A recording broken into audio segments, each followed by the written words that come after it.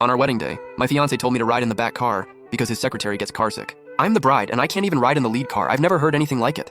I went to his mom and his sister for help, and they were weirdly on the same page. They told me to be the bigger person. Meanwhile, all the relatives were waiting to watch me embarrass myself. Especially those jealous co-workers. They already had their phones out ready to roast me. So I walked straight over and got in my childhood best friend's passenger seat.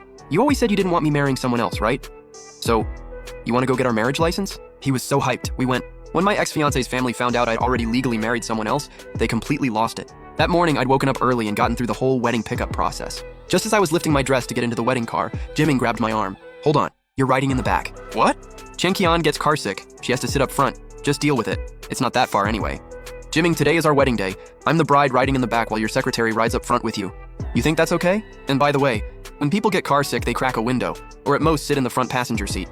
First time I've ever heard someone needs to ride in the lead wedding car because of carsick. Shen Qian could barely hide how smug she was. Sorry about this, Yuning. My condition is kind of special. Mr. Shen insisted I ride with him. I didn't want to either.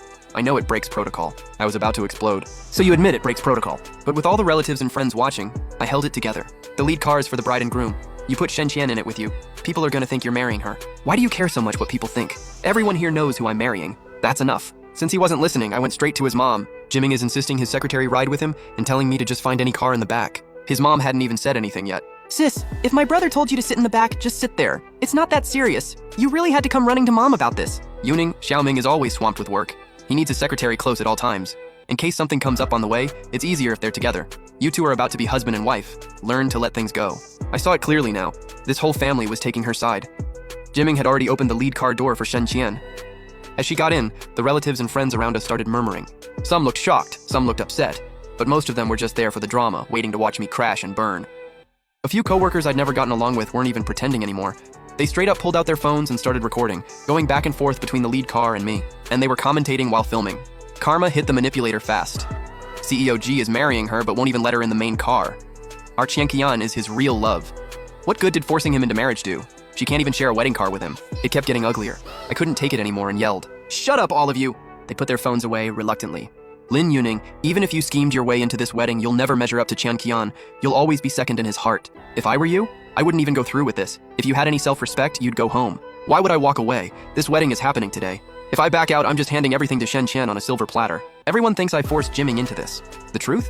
It was the complete opposite. To get me to be his girlfriend, he chartered an entire cruise ship and set off 999 fireworks on the Bund, the most iconic strip in Shanghai. To get me to say yes, he proposed 18 times.